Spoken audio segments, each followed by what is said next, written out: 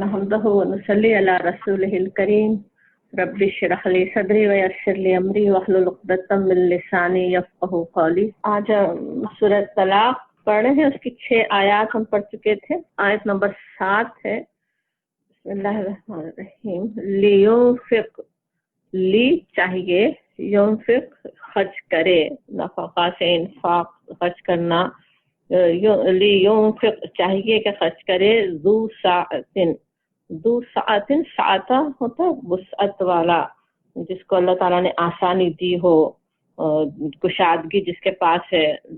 اللہ تعالیٰ نے مال و دولت سے جس کو نوازا ہوا ہے، ذو سعتن وسعت والا، من سعتہ اپنی وسعت کے مطابق، جتنا اللہ نے اس کو دیا ہے اسی لحاظ سے وہ خرچ کرے، ومن اور جو قدرہ جس تنگ کیا گیا، جس کے پاس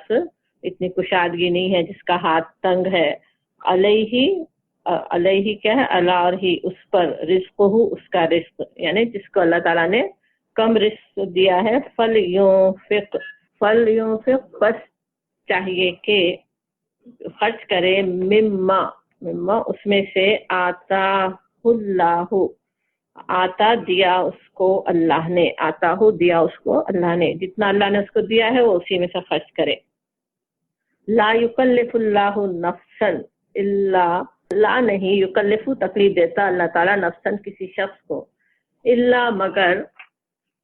ما آتاہا جو دیا گیا اس کو، سیجعل اللہ عنقریب کر دے گا اللہ،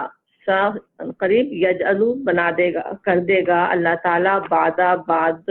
اسری یسرا، اسر تنگی، یسرا آسانی،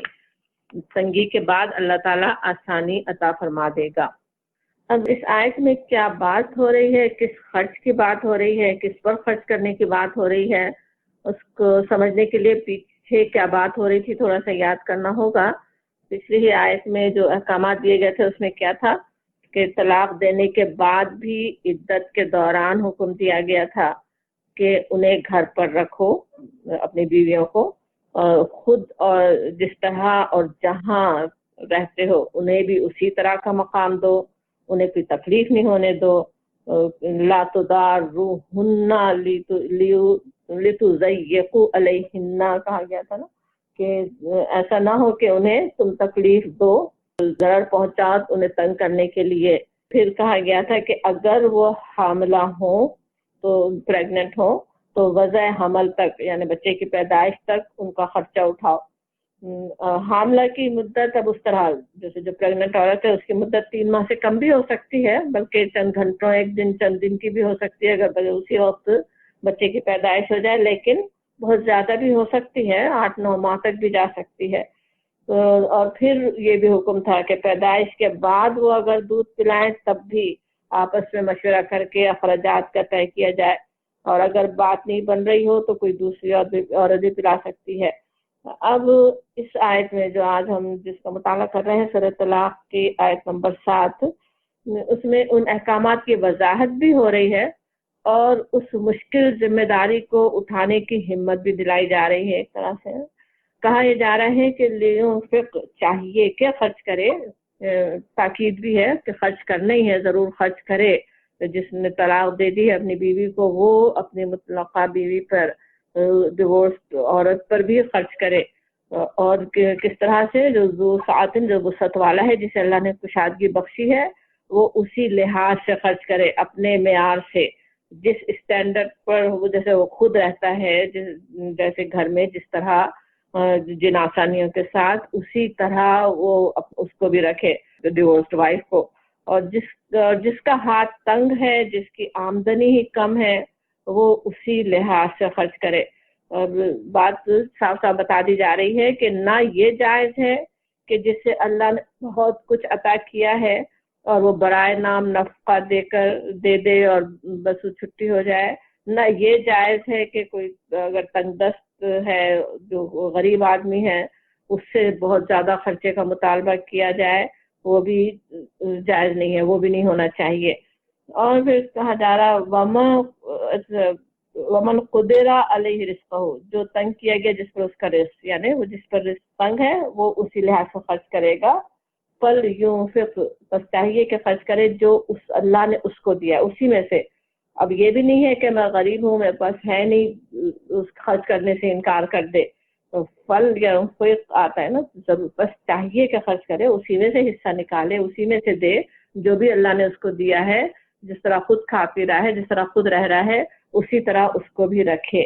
اور پھر کہا جاتا ہے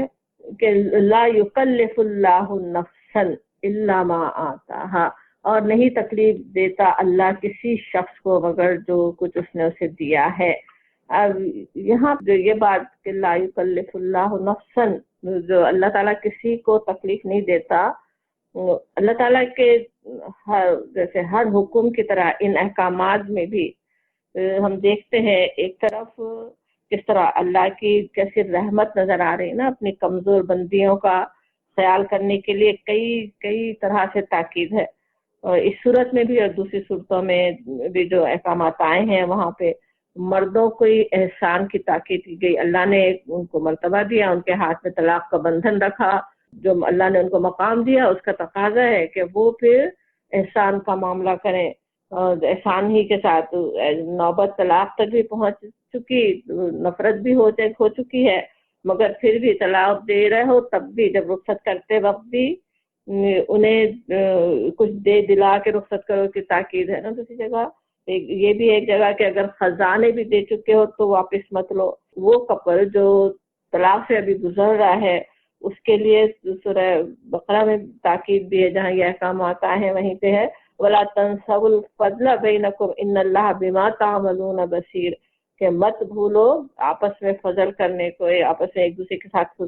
فضل کو، اور بے شک اللہ تعالیٰ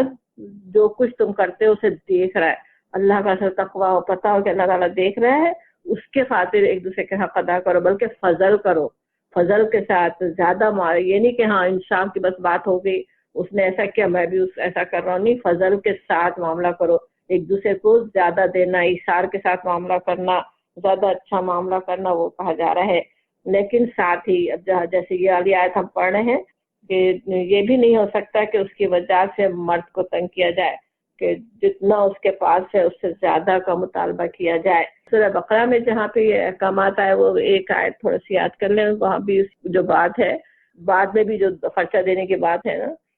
نہ صرف یہ کہ عدت میں بلکہ اولاد کی پیدائش کے بعد بھی پھر کہا جاتا وہاں پہ کہ والوالدات یرضعن اولادہن حولین کاملین، کہ وہ بچوں کو کامل 2 سال دودھ پلائیں، ان یتم الرضاعۃ، کہ وہ اس کو پلائیں 2 سال، وعلی المولود لہ رزقہن وکسوتہن بالمعروف، اور مولود پر یعنی جس کا بچہ ہے باپ پر ان کا رزق، ان کا کھانا، ان کا کپڑا دینا ہے معروف طریقے سے جیسا دینا چاہیے. اور وہاں بھی ویسے وہ یاد دہانی ہے کہ لا تکلف نفس الا وسعها، نہیں تکلیف دی جاتی کسی نفس کو مگر یہ کہ اس کی وسعت کے مطابق. اور تاکید ہے کہ لا تضار والدۃ بولدها ولا مولود له بولده، کہ نہ تو ماں کو اس وجہ سے تکلیف میں ڈالا جائے کہ بچہ اس کا ہے، اور نہ باپ ہی کو اس وجہ سے تنگ کیا جائے کہ بچہ اس کا ہے. تو اب یہ احکامات جو دیے گئے کس طرح سمجھ میں آتے ہیں، ایک تو خاص اس کے لیے کہ بھی جو طلاق کے وقت جو بات ہو رہی ہے اس وقت کے بھی احکامات وہی ہیں جس میں انسان کو کوئی تکلیف نہیں دی گئی، کوئی ان کی وسعت سے زیادہ کوئی مطالبہ نہیں ہے، بلکہ ہم سوچیں تو دین کے سارے ہی احکامات انسان کی جتنی وسعت، جتنی طاقت، جتنا اسے پوٹینشیل ہے اسی لحاظ سے ہی دیے گئے نا، جتنا وہ کر سکتا ہے. اور کوئی سے بھی لے لیں احکامات، نماز ہو کہ روزہ، حج ہو یا زکوٰۃ، جہاد، کس طرح سے پورے سال میں سے 30 یا 29 دن کے روزے رکھنا ہے. جتنے انسان کے لیے بالکل فائدے کے لیے جو چیز ہے، اس کی اپنی صحت کے لیے، اس کے اپنے روحانی فائدوں کے لیے اتنے ہی منیمم اصل اللہ تعالیٰ نے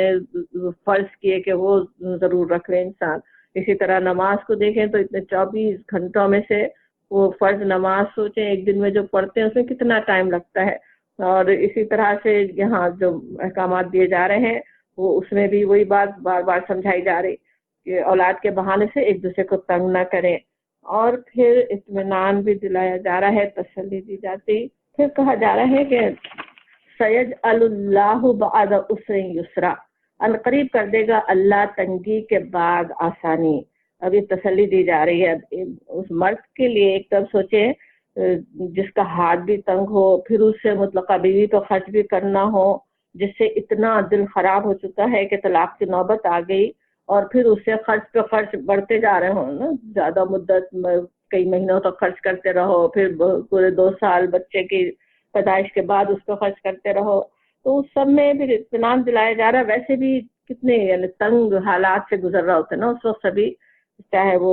بیوی بچے ہوں کہ وہ شوہر ہو، ان سبھی کو ایک طرح سے اطمینان دلایا جا رہا ہے کہ اگر صبر اور قناعت کے ساتھ اللہ تعالیٰ کی بتائی ہوئی حدود پر انسان قائم رہتا ہے، اللہ کے بندوں کے حقوق کی ادائیگی میں کوئی کمی نہیں کرتا، جتنا اس کے بس میں ہے اسے ادا کر دیتا ہے، اور اپنے اللہ کے خوشنودی، اپنے رب کی رضا کے لیے جو ایثار کرنے کے لیے تیار ہو، اللہ تعالیٰ ضرور اس کے رزق میں برکت دینے والا ہے. گھر کے ٹوٹنے سے کیا کچھ مشکلات سب کو پیش آ رہی ہوں، ان سب کے لیے تسلی ہے کہ بعد عسر یسرا، تنگی کے بعد آسانی بھی ہے، ساتھ ساتھ ہی بلکہ ہر تنگی کے ساتھ آسانیاں بھی ہوتی ہیں نا، جیسے ان مع العسر یسرا کہا گیا. ہر عسر، ہر تنگی، ہر مشکل کے ساتھ بہت سی آسانیاں بھی ساتھ چلی آتی ہیں نا. حالات بدل جاتے ہیں، اللہ چاہے گا تو حالات بدل جائیں گے اگر اللہ چاہے. اور پھر مومن کا کام یہ ہے کہ ہر حال میں اللہ پر توکل کرتے ہوئے دین پر، اللہ کی حدود پر ہی قائم رہے، حالات سے پریشان ہو کر دین میں کمپرومائز کرنے کے لیے تیار نہ ہو جائے. کبھی ہوتا ہے نا شیطان یہی ترغیب دے رہا ہوتا ہے نا، بس اب تو ہو نہیں سکتا صبر، میرے تو حالات ہی ایسے ہیں، اب میں جو چاہے کر لوں. نہیں، اللہ کا بندہ توکل اللہ پہ رکھے. ابھی حالات انتہائی تنگ لگ رہے ہوں، اس سر سے گزر رہا ہو، لیکن آگے ٹھیک ہو جائیں گے. اس خرچ کرنے والے شوہر کو بھی اطمینان دلایا جا رہا ہے، آج اس تنگی میں بھی خرچ کرو گے، کل اللہ تعالیٰ تمہیں زیادہ رزق دے سکتا ہے. بیوی کو اطمینان دلایا جا رہا ہے، آج ذرا صبر سے وقت گزار لو، آگے حالات بہت اچھے تمہارے لیے ہو سکتے ہیں. یہاں پہ بڑی تسلی سب کو دی جا رہی ہے، اور وہ سب کس لیے کہ اللہ کی حدود، اللہ کی بنائی ہوئی حدود پہ بندہ قائم رہے، اس سے نہ نکلے. اور پھر کہا جا رہا ہے وَكَأَيٍّ مِّن قَرْيَةٍ، سورۃ طلاق ہم پڑھ رہے ہیں، اس کی آیت نمبر 8 میں کہا جا رہا ہے وَكَأَيٍّ کہنا کہتا تھا، اور کتنی ہی بستیاں، من قریۃ بستیاں، اتت جو ہے عطاء سے سرکشی کی، انہوں نے نافرمانی کی، اللہ کے حکم سے سرتابی کی، ان امرن حکم سے، اللہ کے حکم سے انہوں نے سرتابی کی، ربہا اپنے رب کے حکم کے سے کہ انہوں نے نہیں مانے، ورسولہ اور اس کے رسولوں کے حکم کی نافرمانی کی. فحاسبناہا، فاپس حاسبناہا حساب لیا ہم نے ان کا، حساب شدیدہ سخت حساب لیا ہم نے، وعذبناہا اور عذاب دیا ہم نے، عذابا نکرا سخت عذاب، بڑا سخت عذاب ان کو ہم نے دیا. اور یہاں اس طرح جو بات کہی جا رہی، جب قوموں نے سرکشی کی، پچھلی قوموں سے عبرت دلائی جا رہی ہے کہ کس طرح جب انہوں نے سرکشی کی تو کیا ہوا. حاسبنا، ہم نے ان کا حساب لیا. حساب لینا کیا ہے؟ جیسے محاسبہ کا وقت آ گیا، انسان سرکشی کرتے رہتے ہیں، نافرمانیاں کرتے رہتے ہیں، ڈھیل ملی رہتی ہے، مہلت ملتی ہے، وقت دیا جاتا ہے ابھی بھی صبر جائے، لیکن پھر ایک وقت آتا ہے کہ پکڑ آ جائے وہ، اور پھر ان پہ جو کیسی پکڑ آئی، حساباً شدیدہ سخت عذاب لیا گیا. اور ایک عذبنا، ہم نے دیا ان کو عذاباً نکرا. اللہ تعالیٰ جس کو کہے کہ نکر بہت ہی شدید اور ہولناک کے لیے کہا جاتا نکرا، تو عذاب کے ایک تو عذاب خود ہی سخت چیز ہے، اور اس کو کہا جائے سخت اور شدید عذاب ان پر آئے. اور یہ تنبیہ جو آ رہی ہے ایک عام ہے نا، ویسے تو چاہے وہ قریش ہو کہ اللہ کے نبی اور آپ کے لائے ہوئے احکامات سے انکار کر رہے ہوں، یا مسلمان ہوں جو مسلمان ہوتے ہوئے اللہ تعالیٰ کے احکامات کو پر سے پشت ڈال رہے ہوں، اس وقت کے ہوں آج کے ہوں، سبھی کے لیے ہے. کہا جا رہا ہے کہ پچھلی قوموں کے انجام سے عبرت لو. اور یہ جو بات کہی جا رہی، جب اتت ان امر ربہا ورسلہ، جب انہوں نے اپنے رب اور اس کے رسولوں کے حکم سے سرتابی کی تو پھر کیا انجام ہوا وہ دیکھو. کہا جا رہا ہے نا، اور کتنی ہی کہنے سے کس طرح بہت عبرت کی چیز نا، غور کرو کیسی وہ بستیاں گزری، کتنی بستیاں تھیں جن پر کیسے کیسے عذاب آئے. کتنوں کے تذکرہ قرآن میں ہے، کتنوں کی نشانیاں زمین میں ادھر ادھر پھیلی ہوئی، کیسے کھنڈرات وہ اپنی کہانیاں سنا رہے ہوتے ہیں. ان کو دیکھو کیسے اللہ کے عذاب آئے. اللہ کا شدید حساب کیسا تھا. عذاب عذبناہا عذابا نکرا، جس سے وہ دو چار ہوئے. اور پھر کہا جا رہا ہے وہی تنبیہ آگے چل رہی ہے آیت نمبر 9 میں. فذاقت، پھر چکھا انہوں نے، وبال امرہا، وبال اپنے کام کا، وکانا، اور تھا، عاقبت، انجام، امرہا، ان کے کام کا، خسرا، خسارہ، بہت ہی برا اس کا انجام تھا. وبال، فذاقت کا جو لفظ ہے ذاقہ سے، ذاقہ کے معنی چکھنا، وبال کے معنی ہے نقصان پہنچانے والی چیز. اردو میں بھی ہم ویسے وبال کا لفظ استعمال کرتے ہیں نا، فلاں کام کا وبال آ گیا، فلاں چیز پر گناہوں کا وبال جو انسان کر رہا ہے اس کا پھر جو نتیجہ آ رہا ہوتا ہے، جس سے سب لوگ اس کا نقصان جب دیکھتا ہے اسے وبال کہتے ہیں نا. تو انہوں نے، بستیوں کی بات ہی ہو رہی ہے، من قریۃ، جیسے جنہوں نے سرکشی کی تھی، انہوں نے کیا ہوا، اپنے کام کا جو انہوں نے اللہ کی نافرمانیاں کی اس کا انجام انہوں نے دیکھ لیا. وبال امرہا وہی تھا جس کا اوپر ذکر تھا، عذاباً شدیدہ، عذاب اس کے حساباً شدیدہ، اور عذاباً نکرا. اور کہا جاتا تھا انجام ان کے کام کا خسارہ. خسارہ اپنے کرتا ہے نا انسان، اللہ کی نافرمانی کرے، اللہ کو خسارہ مل جاتا ہے، نقصان کو پہنچ جاتا ہے. اور آگے پھر ابھی اور اس کی تنبیہ چل رہی ہے آیت نمبر 10 میں بھی. اعد اللہ، تیار کیا اللہ نے، لہم ان کے لیے، عذاب شدیدہ، شدید عذاب. اللہ تعالیٰ نے ان کے لیے شدید عذاب تیار کر رکھا ہے. اب یہ ساری بات پچھلی قوموں کی ہو رہی ہے نا، لیکن کیوں ہو رہی ہے پچھلی قوموں کا یہاں ذکر کیوں آ رہا ہے اس مدنی صورت میں؟ اس وقت کے مسلمانوں کو اور ہمیں یہ سب بات کیوں سنائی جا رہی ہے اس کا آگے اشارہ مل رہا ہے. کہا جاتا فاتقوا اللہ یا اولی الالباب، پس تقوی کرو، پس ڈرو اللہ سے اے عقل والو. اولی الالباب کہتے کس طرح، اردو میں اکثر دانشور کہتے ہیں نا، بہت ہی سمجھ رکھنے والے، عقل رکھنے والے. اولو الالباب کہہ کے خطاب کرنے میں ویسے کیا کچھ یاد دہانی ہے. اللہ تعالیٰ نے انسان کو عقل و شعور دے کر پیدا کیا نا. اس عقل و شعور سے اگر کام لے انسان، اللہ کی دی ہوئی اس عقل سے صحیح کام اگر لے، تو کس طرح اپنے رب کو بھی پہچان سکتا ہے، اپنے رب کے احکامات کی لاجک بھی سمجھ سکتا ہے، اور اس عقل سے خود اپنے انجام کی فکر بھی کر سکتا ہے نا. ایک صاحب عقل ہونے کا تقاضا ہی جیسے ہے نا کہ انسان اللہ کا تقوی اختیار کرے، اپنے آپ کو عذاب شدید سے بچا لے.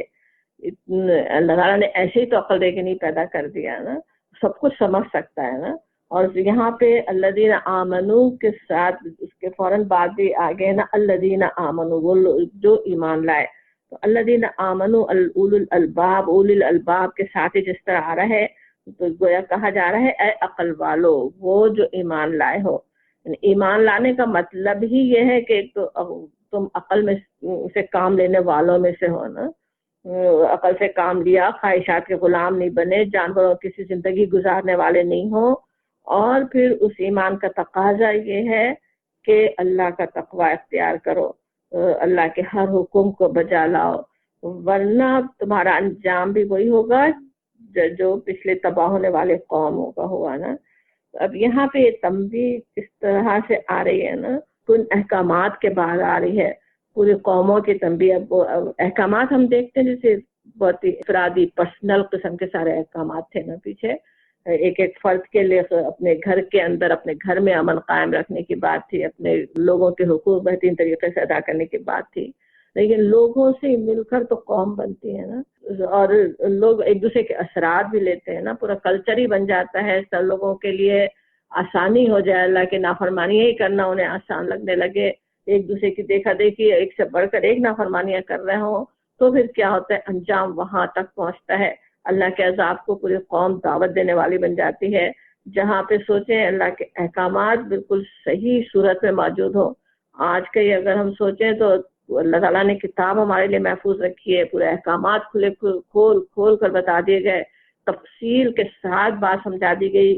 کیا کرو کیا نہیں کرو، کس طرح کرو، کس میں تمہارا فائدہ ہے، کس میں تمہارا نقصان ہے، کس میں تمہارا خسارہ ہے، کس میں تمہارا فائدہ ہے، سب بتا دیا جائے۔ اور پھر اس کتاب کو ہی اٹھانے والے، اس کتاب سے عقیدت رکھنے والے، اس کتاب کے رٹے لگانے والے وہ احکامات کو پیچھے اپنے ڈال دیں اور منمانی اپنے کام کر رہے ہوں، جیسے چاہے لوگ ایک دوسرے پہ ظلم ڈھا رہے ہوں، تو پھر کیا ہوتا ہے، پھر اللہ کے عذاب ہی آ جاتے ہیں۔ وہ سب تنبیہ ساتھ ہو رہی ہے، احکامات پھر ساتھ تنبیہ اور پھر ساتھ ہی ترغیب بھی دی جاتی۔ احکامات بس احکامات کی طرح نہیں دیے جاتے نا قرآن میں کہ قانون کی کتاب کی طرح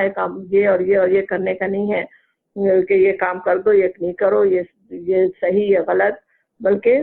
اللہ کی کتاب ہے، ہدایت دینے والی کتاب ہے۔ اس میں بار بار درمیان میں کیسی تنبیہ پھر ساتھ ترغیب بھی۔ اللہ کی جو رحمت ان احکامات میں ہے اس کا احساس بھی دلایا جا رہا ہے۔ آگے خطاب تھا نا اولی الالباب سے اور الذین آمنوا سے، لوگوں جو ایمان لائے ہو، پھر کہا جا رہا قد انزل اللہ، بے شک نازل کیا اللہ نے، الیکم طرف تمہاری، ذکرن ذکر،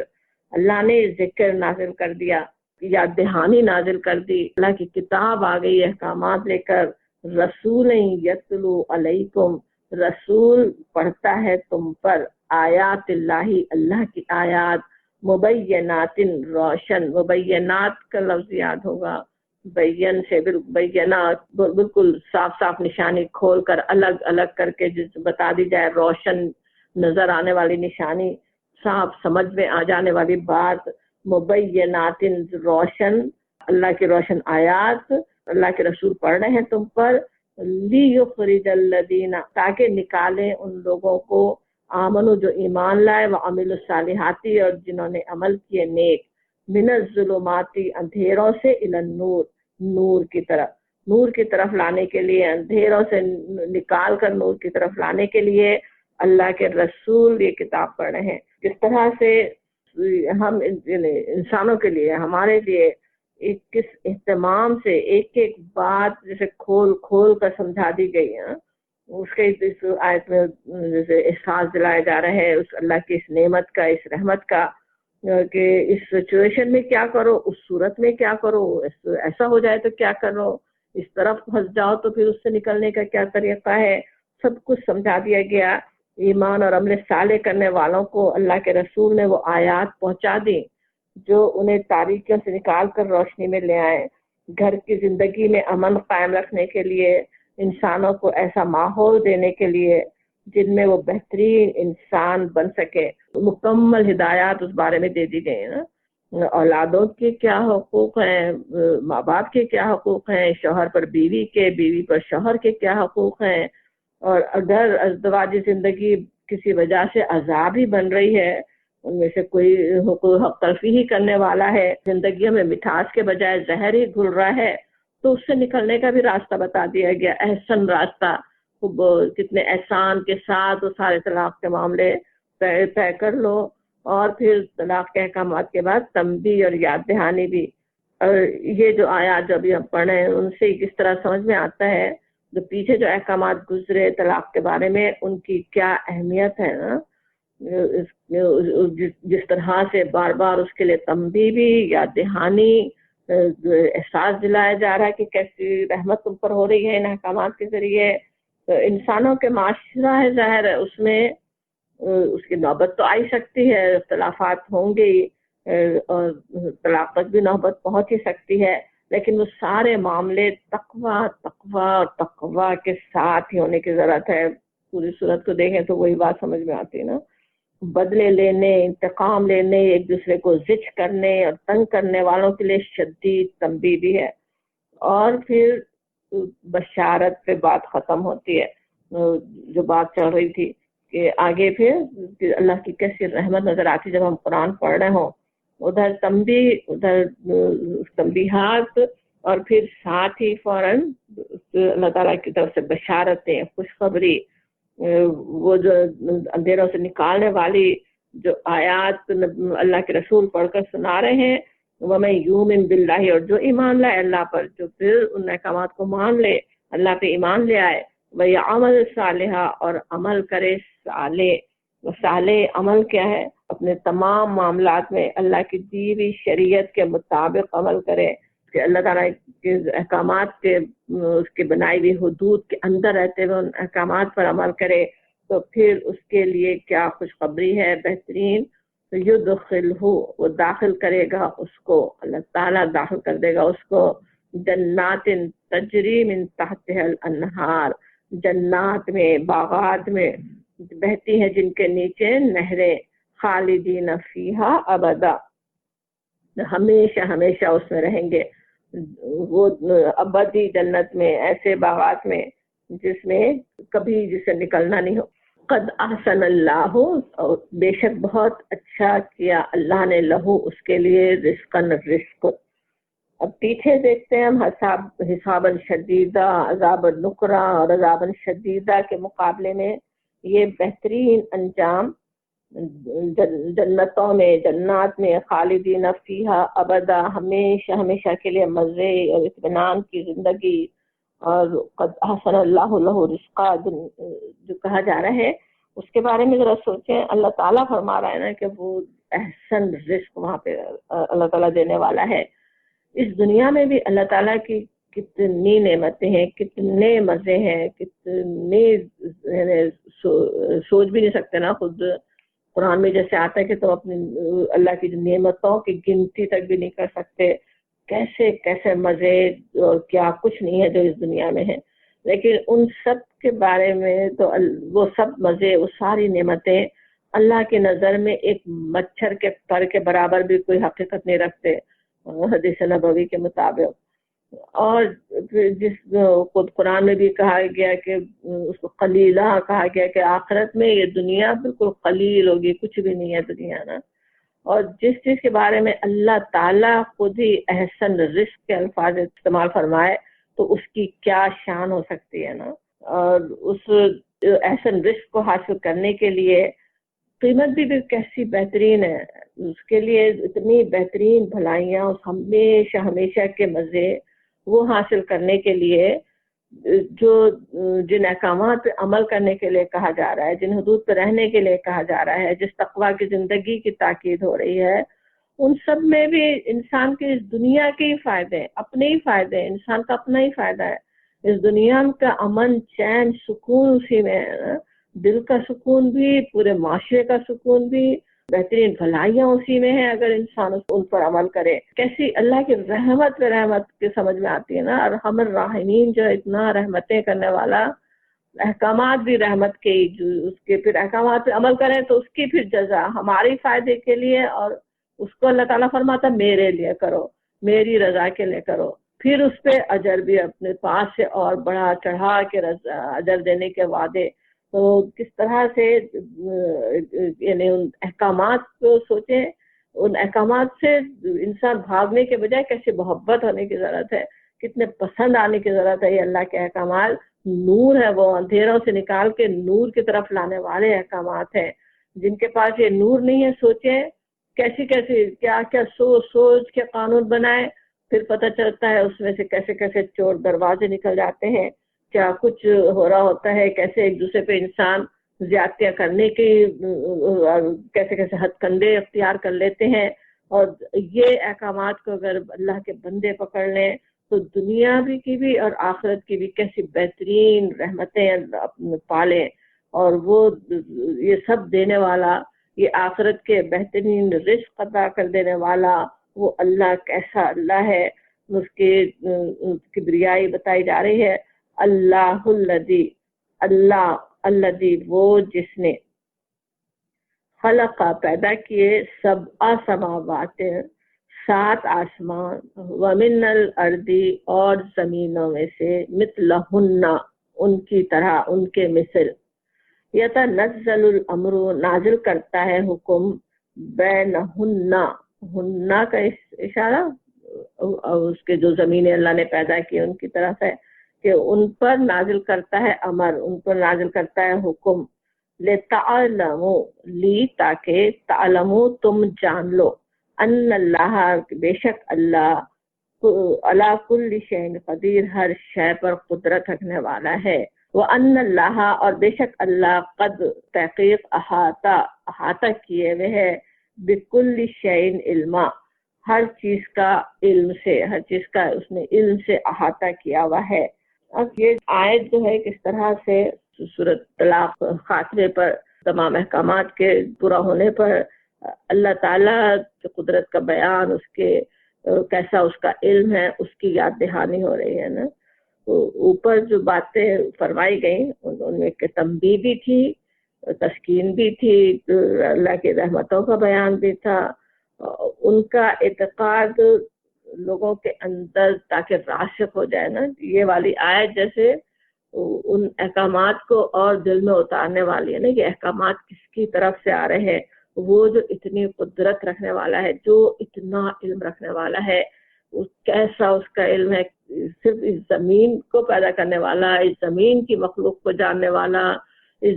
زمین پہ رہنے والوں ہی کی ایک ایک کی ضرورت کو پورا کرنے والا ہی نہیں ہے۔ اس نے تو وہ 7 آسمان پیدا کیے ہوئے ہیں، اور 7 آسمانوں کی کیا حقیقت ہے وہ بھی آیات متشابہات میں سے ہے۔ آج ابھی تک تو انسان جان نہیں سکا، کیا پتہ کبھی کچھ جان بھی لے کہ کس طرح سے وہ 7 آسمان ہے۔ اور یہاں پہ 7 آسمانوں کے بعد قرآن میں کئی جگہ ہی آتی ہے 7 طبقے ہیں، کس طرح سے وہ 7 آسمان ہے واللہ عالم، لیکن بلکہ پچھلی کتابوں میں بھی 7 آسمانوں کا ذکر ہے۔ لیکن یہاں پہ ایک اور بات بھی ہے کہ وَمِنَ الْأَرْضِ مِثْلَهُنَّ، اور زمین ان کی طرح کے اس کی مثل، تو اس کی طرح کے اس کے مثل زمینوں کے بعد یہیں پر آئی، سورۃ طلاق کی اس آیت میں آتی ہے اور کہیں نہیں ہے۔ اس کا کیا مطلب ہے کہ اس کے 7 زمینیں اسی جیسی زمینیں، تو کچھ مفسرین نے تو یہ سمجھا کہ گنتی کو بھی مثل ہے نا، مثلہن اس کے مثل، تو جس طرح 7 سماوات ہے 7 آسمان، تو اس کے مثل کسی کا خیال یہ کہ زمینیں بھی 7 ہی ہیں، ان کا کہنا یہ کہ جس طرح آسمان ایک چھت ہے، اس کے نیچے جو فرش ایک زمین بھی لازمن ہونی ہے، 7 زمینیں ہیں، یہ بھی سمجھا گیا۔ لیکن بات یہاں پہ ضروری نہیں ہے نا مثلہن کہنے سے اپنی گنتی میں بھی مثل ہو، گنتی بھی 7 ہی ہو، یہ ضروری نہیں ہے نا۔ اللہ تعالیٰ جانتا ہے بہت ساری زمینیں بھی ہو سکتا ہے بنائی بھی ہو نا، اتنی بڑی کائنات میں سوچے، اتنے سے کرۂ زمین پہ تو اللہ کی اتنی مخلوق ہے جس کو ہم گن بھی نہیں سکتے، تو اتنی بڑی کائنات میں اللہ ہی جانتا ہے کہ کیا کیا اس نے مخلوق پیدا کی، اور اس کی طرف اس آیت میں اشارہ بھی مل رہا ہے کہ اللہ تعالیٰ نے اور بھی زمینیں پیدا کی۔ وَمِنَ الْأَرْضِ مِثْلَهُنَّ کہنے سے اب ضروری نہیں کہ بالکل اسی زمین ہی کی مثل بھی ہو نا، اگرچہ آج ویسے تو سائنسدان بھی جانتے ہیں کہ کئی زمینوں کا پتہ ہے کہ اس طرح سیاروں کا انسان کو معلوم ہے کہ اس کہکشاں میں جس میں گیلیکسی جو ہماری ہے اس میں تقریباً 60 کروڑ ایسے سیارے پائے جاتے ہیں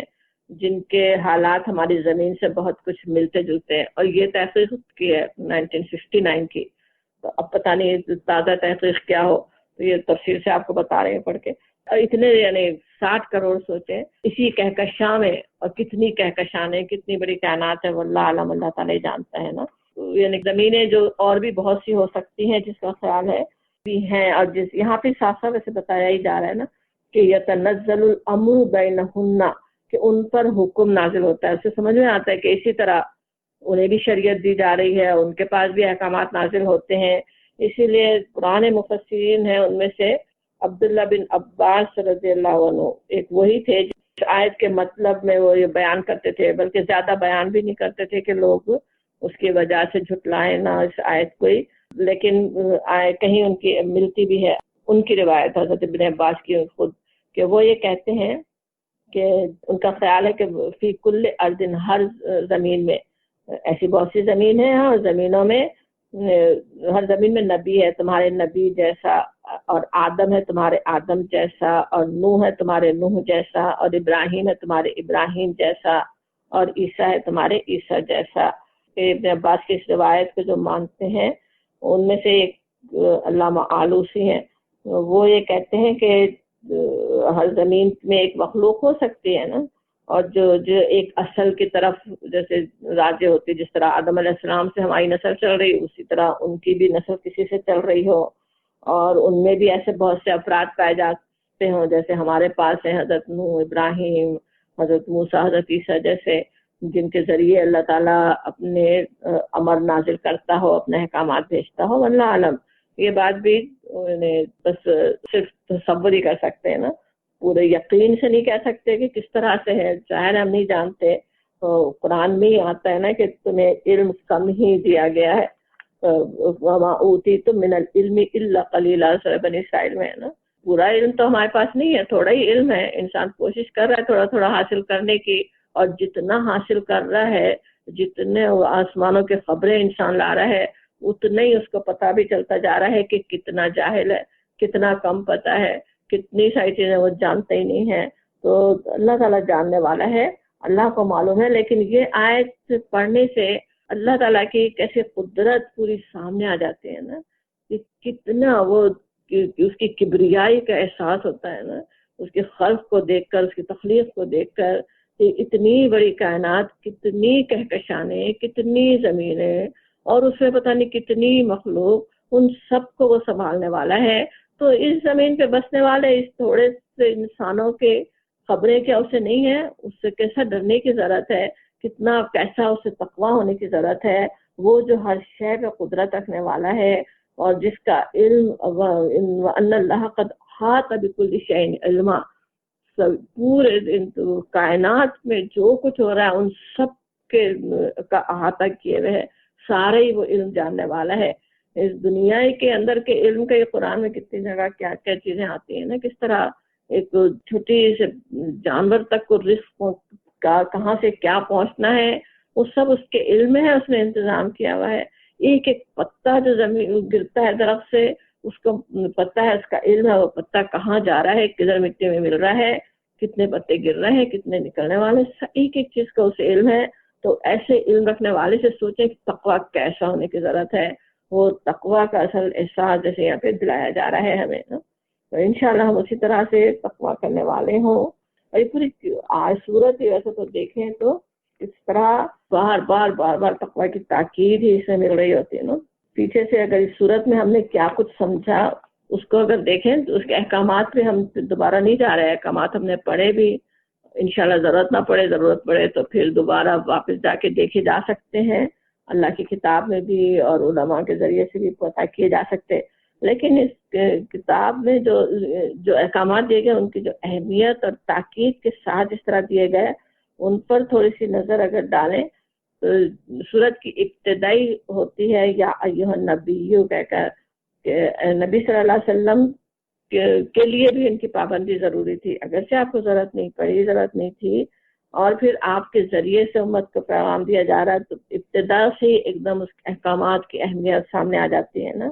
بات ہے اختلاف کے یہاں پہ زیادہ تر تھے، لیکن سارے احکامات کا سمجھ میں آتا ہے، معاشرتی احکامات خاص طور پہ ایک دوسرے سے انسانوں کے تعلقات رکھنے کے لیے، تعلقات کو بہتر بنانے کے لیے جو احکامات دیے گئے، ان کی اہمیت پتہ چلتی ہے نا۔ پہلی آیت میں پھر واتقوا اللہ ربکم، کہ اور اللہ کا تقویٰ کرو اپنے رب سے، وہ رب جو تمہیں پال رہا ہے، تمہیں رزق دے رہا ہے، تمہارے لیے سب کچھ تم مہیا کر رہا ہے، اس کا تقویٰ اختیار کرو، اللہ کا تقویٰ ہو۔ اور جیسے وہ بات ہم ابھی سمجھ رہے تھے نا کہ قوانین خاص کتنے اچھے بنا دیے جائیں، انسان تو اس میں سے کچھ بھی اس کا غلط استعمال کر ہی لیتے ہیں، کسی طرح کر سکتے ہیں اور کرتے ہی ہیں، آج ہم دیکھ ہی سکتے ہیں نا کس طرح سے غلط استعمال ہو رہا ہوتا ہے، کچھ اور بلکہ بیک لیش ہو رہا ہوتا ہے، کبھی تو کچھ اور اس کی وجہ سے لوگ دوسرے غلط کام کرنے لگ جاتے ہیں، کیا کچھ ہوتا ہے۔ لیکن اللہ کا تقویٰ اگر ہو تبھی وہ احکامات سے صحیح طرح عمل ہوتا ہے نا، ان قوانین کا پھر فائدہ انسان اٹھاتے ہیں۔ اور پھر تنبیہ ہوتی ہے، تلک حدود اللہ، یہ اللہ کی حدود ہے، جو ان حدود کو توڑے فقط ظلم نفسا، اپنے ہی نفس پہ ظلم کر رہے ہیں۔ پھر ایک کیسی بڑی تاکید نا، اگر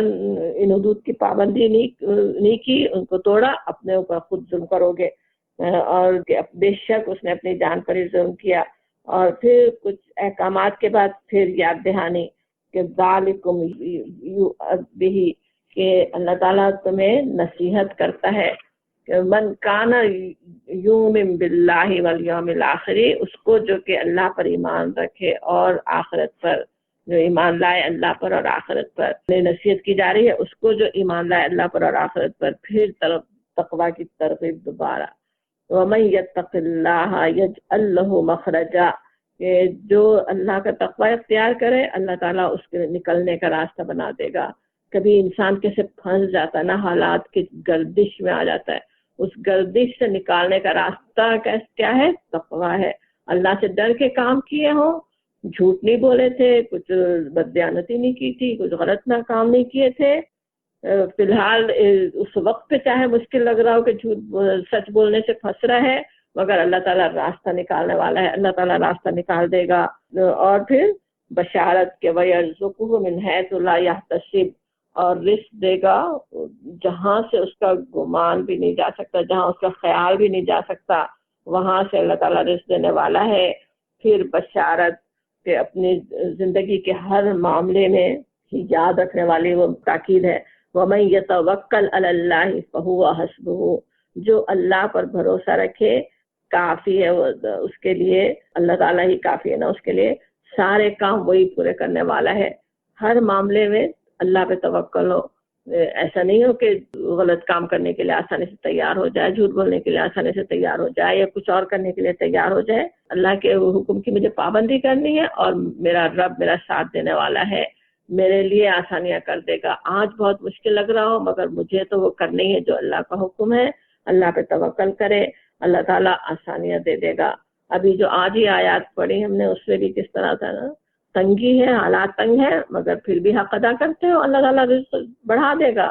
آسانی دے دے گا. ہر تنگی کے ساتھ ساتھ آسانی بھی آ رہی ہے، وہ اللہ تعالیٰ عطا فرما دے گا. اور پھر اسی طرح کی تسلی، وَمَن يَتَّقِ اللَّهَ يَجْعَل لَّهُ مِنْ أَمْرِهِ يُسْرًا، جو اللہ کا تقوی اختیار کرے اللہ تعالیٰ اس کے کام میں آسانی پیدا کر دے گا. اور پھر ایک اور دفعہ تقوی کی بات آتی، وَمَن يَتَّقِ اللَّهَ يُكَفِّرْ عَنْهُ سَيِّئَاتِهِ وَيُعْظِمْ لَهُ أَجْرًا، کہ اللہ تعالیٰ اس برائیاں اسے دور کر دے گا جو تقوی اختیار کرے اور اسے بڑا اجر دے گا. يُعْظِمْ لَهُ أَجْرًا، کیسی تو بشارتیں بھی ساتھ ساتھ چلتی ہیں نا، تم بھی بشارت کہ اس کو بڑا اجر اللہ تعالیٰ دینے والا ہے. اور پھر جو آج جن آیات کا ہم نے مطالعہ کیا اس میں بھی ساری جو تنبیہات ابھی ہم نے پڑھی پچھلی قوموں کا ذکر، وہ کیسے عذاب شدید کا شکار ہوئے، اور پھر فاتقوا اللہ کی پھر سے ایک بار کہا گیا تقوی کی ہدایت میں، اور پھر احسن رزق کے بعد. تو بہرحال پوری صورت پہ اگر غور کریں تو کس طرح تقوی کی ترغیب دینے والی صورت ہے نا، اس کی رحمتوں، اس کے کرم، اس کی بشارتوں اور وعدوں کے ذریعے سے اپنے رب سے تعلق کو مضبوط کروانے والی صورت. تو انشاءاللہ ہم ان رحمتوں کو پانے اور انہیں حاصل کرنے والے اولو الالباب میں شامل ہوں. وآخر دعوانا الحمدللہ رب العالمین.